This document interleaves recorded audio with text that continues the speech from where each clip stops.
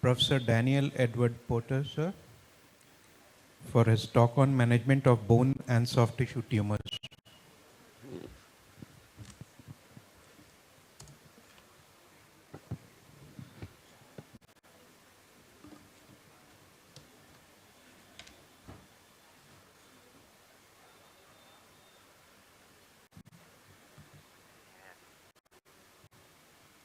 Thank you.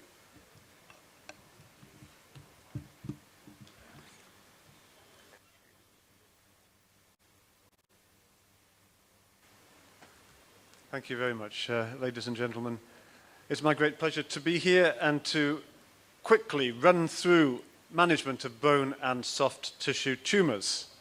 And we're going to concentrate on these two topics. Of course, surgeons like Mr. Verma and myself and others here who deal with tumors have to deal with tumor-like conditions and metastases too. But we're going to just have time for soft tissue tumors and bone tumors. So first, soft tissue tumors. In the UK, guidelines that help surgeons decide whether a lesion in the soft tissue could be malignant or not are these four here.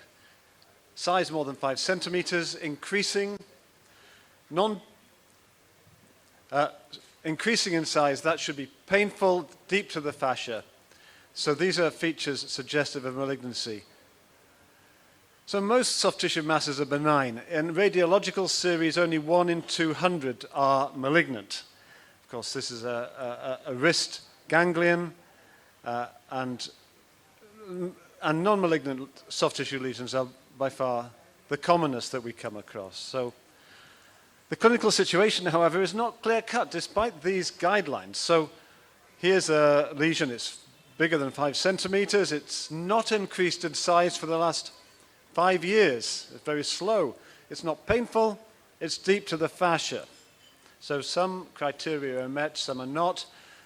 We need more investigations, and MRI shows a lipoma in the deep tissues. Here's another lesion, an MRI showing a lesion adjacent to the common perineal nerve. It's small. It's been slowly increasing in size. It's painful. It's deep to the fascia. Doesn't fit all the criteria. It's a schwannoma. It's not malignant. Here's one that is increasing in size. It is painful. It's deep to the fascia. It's large, but it happened 3 months. It was noticed 3 months after a knee replacement. The surgeon took a long time to wonder if this could be tourniquet related, perhaps a hematoma that had become fibrosed. But no, this was a sarcoma. So it met all the criteria, but the surgeon was misguided by the fact that he'd had a knee replacement below the lesion before. So think about sarcomas. Sarcomas are rare, but these other tumors listed here are the benign ones. And they come from all types of tissues that we deal with: fat, fibrous tissue, vessels, nerves, skin, joint, and sometimes they're reactive. The malignant types, the soft tissue sarcomas, there are many subtypes. Pathologists may be clumpers or they may be spreaders. But most soft tissue sarcomas can be dealt with in a similar way. They're relatively rare, and the mortality has not changed much in developed countries over the past 50 years. And what that tells us is that surgery is the mainstay of treatment, and good surgery is what's needed to try to help these patients. As we work them up, we have to get good imaging. Local imaging is the MRI, distant spread, chest CT. And of course, we need a biopsy, and Dr. Verma has told us how to do that. I would add that no one will blame you for doing a biopsy, but the opposite is not the case. You may be blamed from time to time if you don't do one. In order to get the best answers, we have to have the best pathologists. So honor your pathologist. Give them the honor that they are due. Make sure they are rewarded.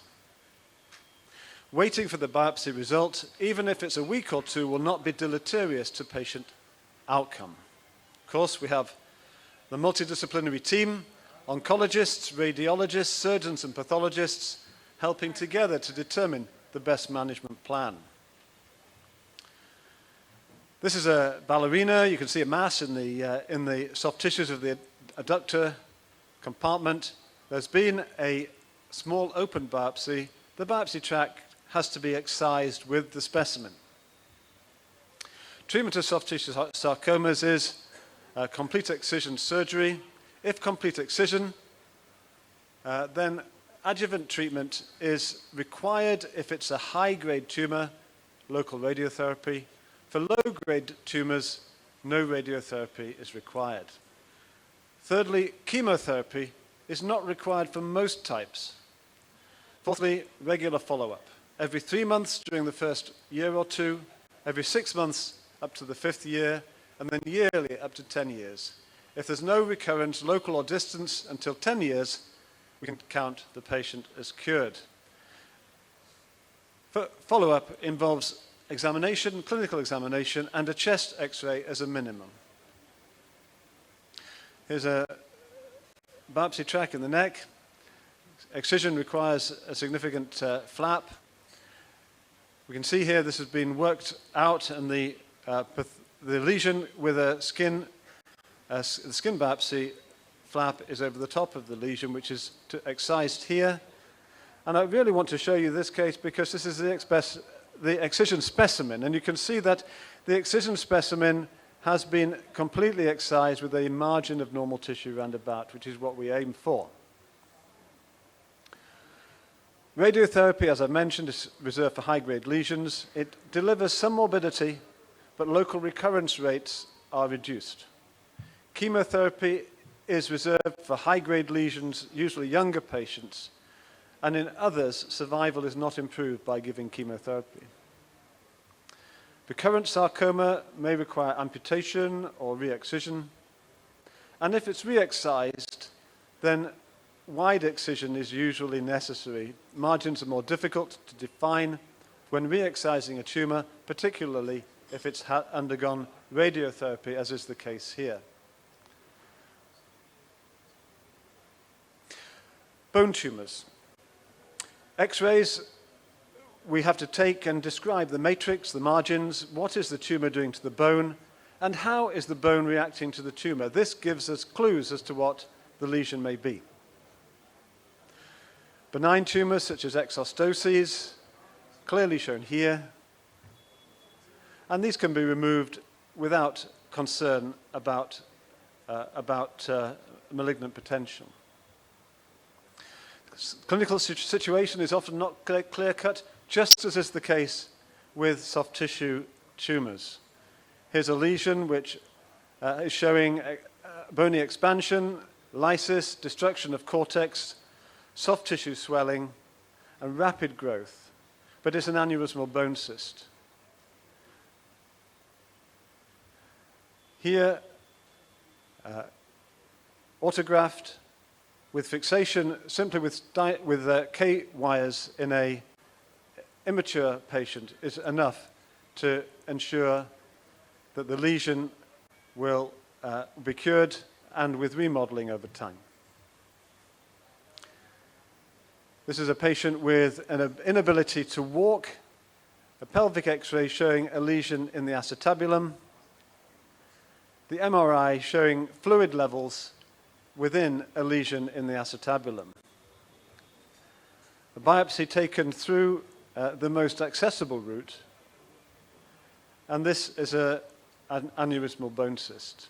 It can be packed with bone graft and allowed to heal. Some lesions, tumor-like conditions. Here we have osteomyelitis, osteitis of the clavicle.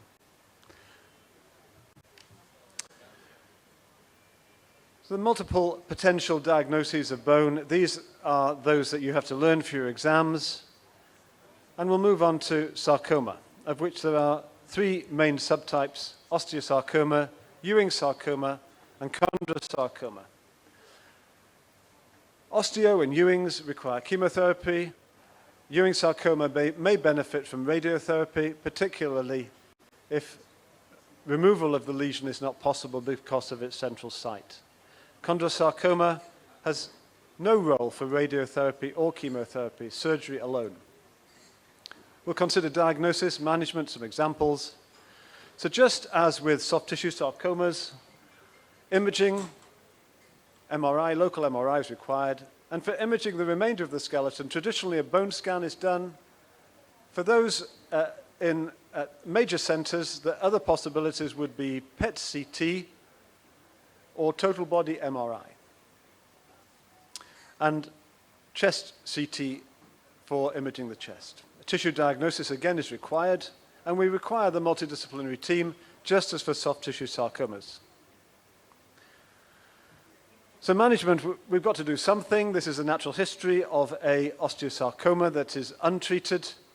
Eventually this will result in autoamputation or death before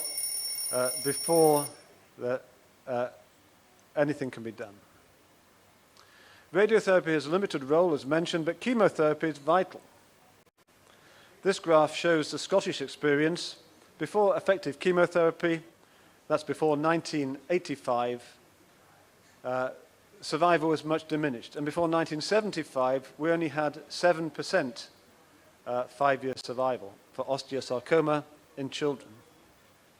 This has led to changes in treatment, and in the past 20 years, limb salvage has become a mainstay of treatment for peripheral osteosarcoma, extremity osteosarcoma, as opposed to amputation in previous generations.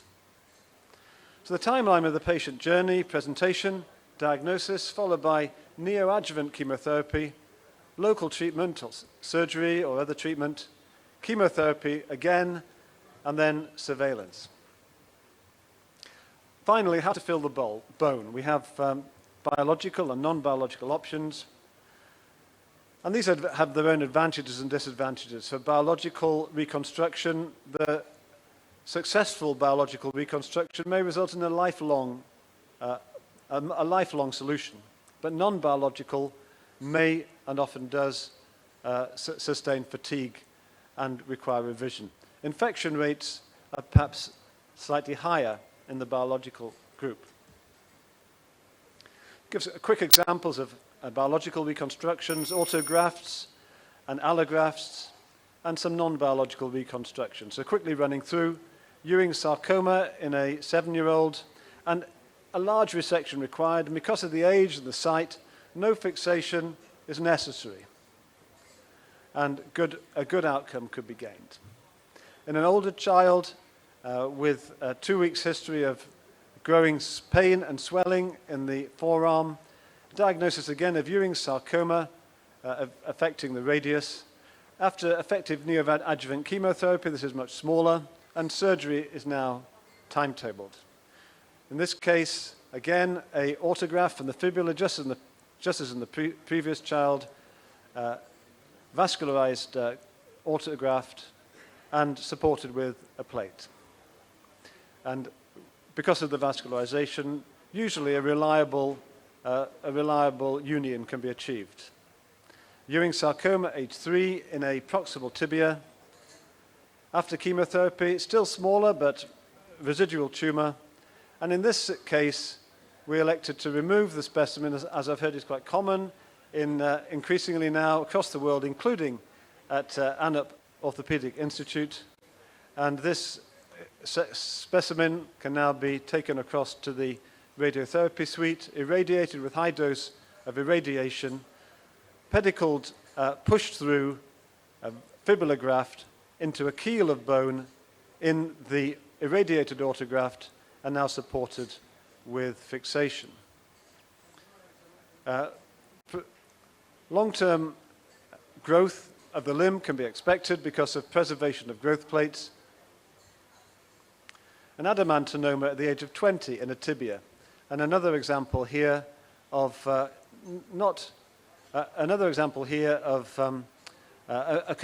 combination of allograft and push-through fibula. Finally, implants. An 8-year-old girl with a distal femoral fracture through pathological bone. This is an osteosarcoma, and with neoadjuvant chemotherapy, we can expect a high proportion of these to heal. It doesn't matter that it's healed in malunion, because we're going to cut this section out. So here, a pediatric endoprosthesis is modeled. This one is a grower. It has the potential to grow.